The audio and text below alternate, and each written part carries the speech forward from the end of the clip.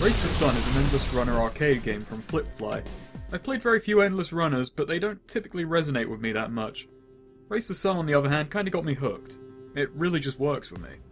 For those who haven't played one or otherwise haven't heard the term, endless runners are games where you run endlessly.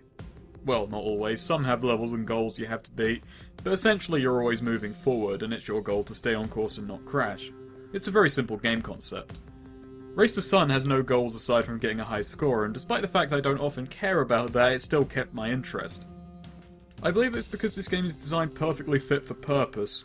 That and it's just plain fun. Let's elaborate. Starting with the basics. Turn left and right, hit ramps for air and don't hit walls for death, and survive as long as you can.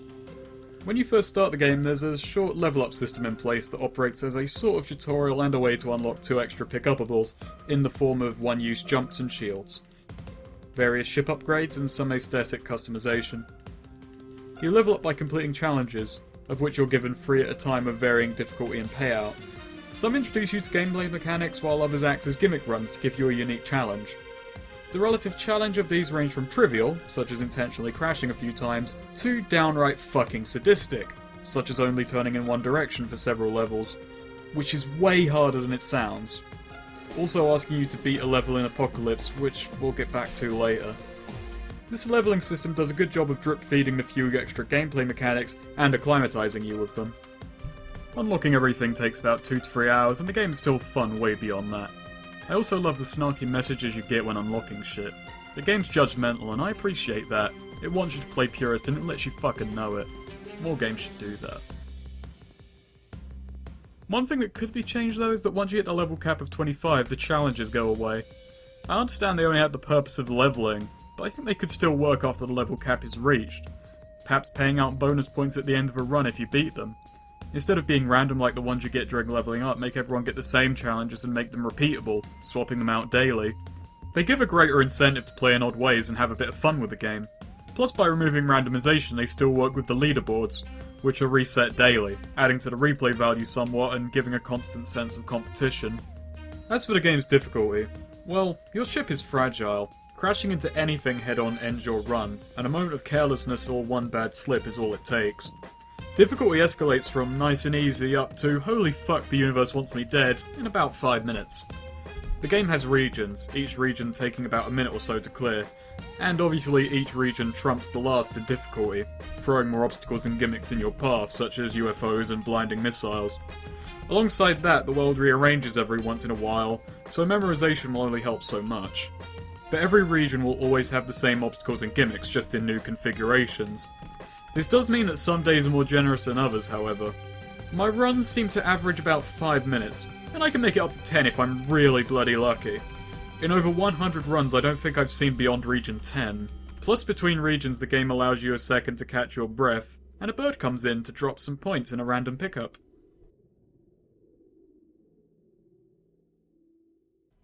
And if normal old Race the Sun gets too easy for you, along the way you get the aforementioned Apocalypse mode, where the difficulty starts at I'm going to die, and within seconds escalates to my odds are just as good if I swallow the keyboard and let my insides play for me.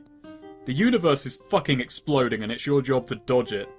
Thanks to the random challenges telling me to beat one world of it, I set out to do just that, and it took more than 20 attempts to survive one region. I got kind of annoyed my reactions were somewhat strange. It was a kind of zen annoyance. And then I figured, hey, my live reactions might be in there because, I was recording the Postal 2 LP and I'd keep my live feed on in case anything interesting happens. Then I checked it and realised I'd actually turned my live feed off. So I went back and did it again with the feed turned on. Did you know that of all my video clips for this review, RTS clip 22 to 44 are Apocalypse runs before I actually beat it. And I also deleted about 10 more of them. That is to be a 1.5 minute segment of gameplay. Like, this doesn't make me mad in a way that any other game does, I just get kind of a zen, creepy, fucked up determination to not die again. So if you want to feel like me, then buy this game. Okay, damn it. I'm so mad that I stopped recording my own fucking voice in the first run because no reaction will ever be the same as that. Thank you, bird. So yeah, the world changes every day, so even if I did memorize everything here, it won't matter in the grand scheme of things. Did you know I've died more than 50 times since I started recording this? And I'm not talking about the game. Sadly, this time I actually beat it in 5 attempts and only recaptured a poorly acted reconstruction of my former musings. I'm pretty sure the apocalypse wasn't actually the fact that the world's exploding. I'm pretty sure just every human being alive tried to run this course. And they fucking died in the process. Every last one of them. Damn it, fucking mountainside.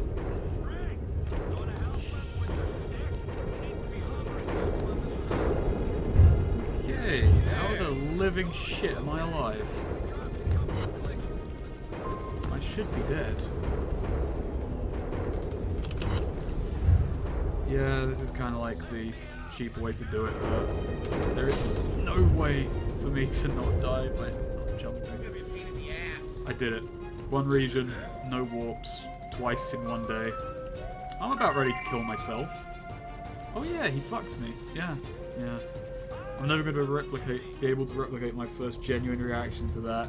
It was a mixture of I love this game and I fucking hate you so goddamn much, Race the Sun. It was a perfect 50-50 mix. Well, I didn't get as zen mad that time, but then I guess I'm just adapting. Let's go back to a mode where I can do stuff. Yeah, I only threw in this bit because I didn't actually write many jokes for this review. Oh well. There are several pickups in Race the Sun. Primarily there are tries, which give a small amount of points and add to your multiplier. You constantly get points regardless, but your multiplier speeds it up. There are jump power-ups, which allow you to, well, jump. Then there are shields, which allow you to survive an otherwise fatal crash. Most interesting are boosters. Now, boosters are pretty typical for a game like this, but Race the Sun gives them several purposes and they work very well together. The game is called Race the Sun for a reason. Your ship is solar powered. You need sunlight to keep going. The sun is going down slowly but surely, extending the shadows given off by obstacles, eventually going away entirely and ending your run. Boosters raise the sun, give you the expected speed boost, and they max out your battery and keep it topped up for several seconds. Being in shadow slows you down, so getting caught in shadows can be used to slow yourself intentionally, but it's rarely that handy. Lastly, there are warps and warp gates. Warps allow you to skip a region and possibly gain some points if you hadn't crashed up to that point in that region. Warp gates take you to an easier than usual bonus stage that's filled with tries, and again, allows you to skip a region.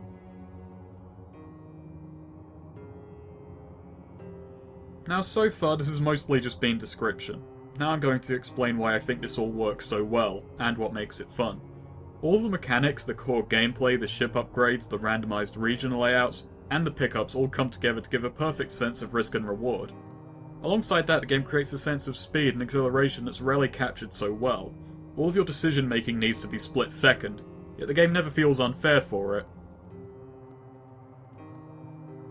Let's begin the risk and reward talk with the jump pickup. It allows you to get out of a jam, skip a few obstacles, reacclimatise yourself and get a grasp of what's coming up ahead.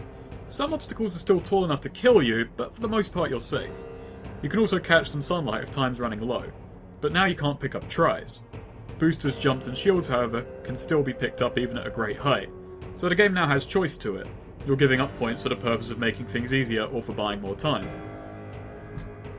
Then we have the shield item. So hitting the side of a wall isn't fatal and a shield won't activate in this case. Your multiplayer, however, will take a hit and it will lower the sun. Hitting the wall head on with a shield will take away the perfect region bonus that's earned by not crashing once, but the sun will stay where it is and your multiplier will survive intact.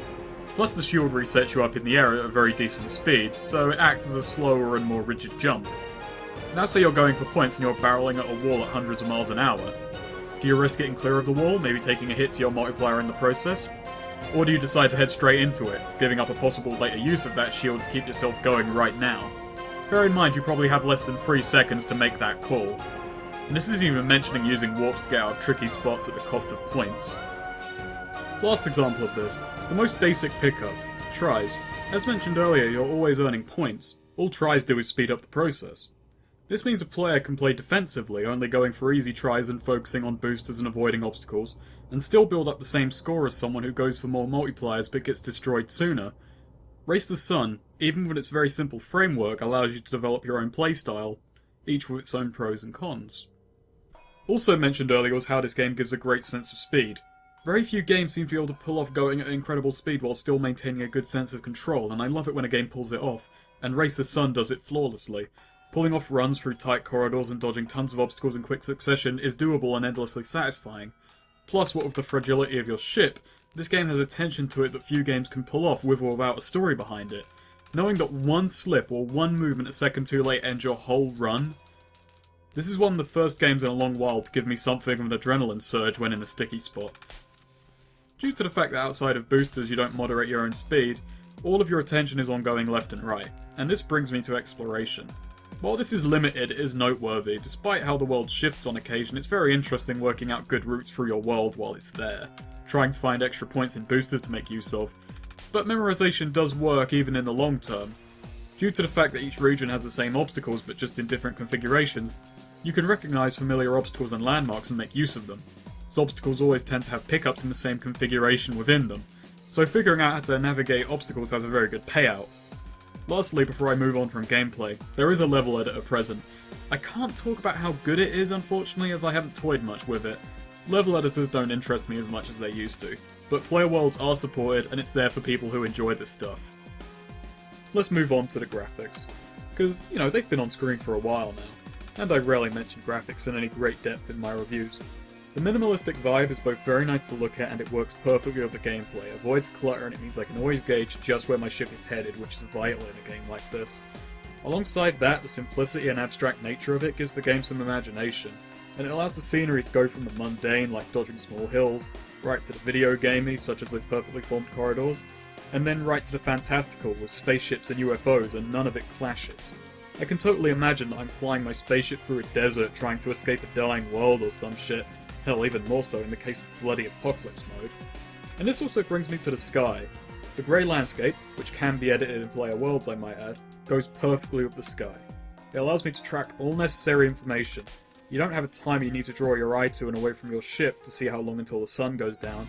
I can track that both from the position of the sun and the colour of the sky. When you're in a good run and the sky is going black, it's honestly scary. It makes you hope for a booster. I think the game actually accounts for this and starts spawning more to get you back on your feet. Don't expect too much generosity though. Much like crashing, running out of battery is a very real risk. Let's go over music briefly as well. It's limited, but it fits perfectly with the gameplay. In fact, there are only 5 tracks. I'll read the track names with appropriate intonation, and bear in mind by track 5, which I'll play when we get to it, everything is fucking exploding. Okay, so here we go. One more time. Too late. Free! Forever. Apocalypse! That fucking tune, when played in Region 5 in Apocalypse mode, it's fucking panic-inducing. The drum beat, much like the game, is simple and effective. The earlier tracks work just as well, they're perfect background, and they're simple melodies that create a sense of urgency, and they fit perfectly well with Race the Sun's gameplay. But fucking Apocalypse? That track just works. That track just gets you fucking pumped. So I'll start wrapping up this review here, which has most likely just sounded like I've been sucking the game off for the last several minutes. Honestly, I think it's a game that is a great example of less is more. There isn't too much actually in the game, but it does a lot with a little. Perhaps I'm overselling it a bit? I guess that's really more a matter of personal opinion. All I'm going to say is that if I put 15 hours as of writing into a game this simple and I'm still wanting to go back and play some more, it's doing something right. It also means that I've sunk more hours into this game than some of the more expansive titles that I reviewed, such as I'm Alive. And it also means that I've nearly spent more time playing this game than the 8-hour triathlon of tedium that's beyond Two Souls, which I've beaten twice because I'm a fucking moron. This has probably been my most positive sounding review, so is this my favourite game which I've talked about? Nope, not at all. I review games differently based on what kind of game it is. This is basically incomparable to things like Mount & Blade, which I would take over this game if offered a choice between the two. I only review games good or bad that take my interest in a certain way, and Race the Sun managed to capture that. So, overall, Race the Sun is a game that seems to do everything it set out to do perfectly. Plus it's cheap, that shit helps.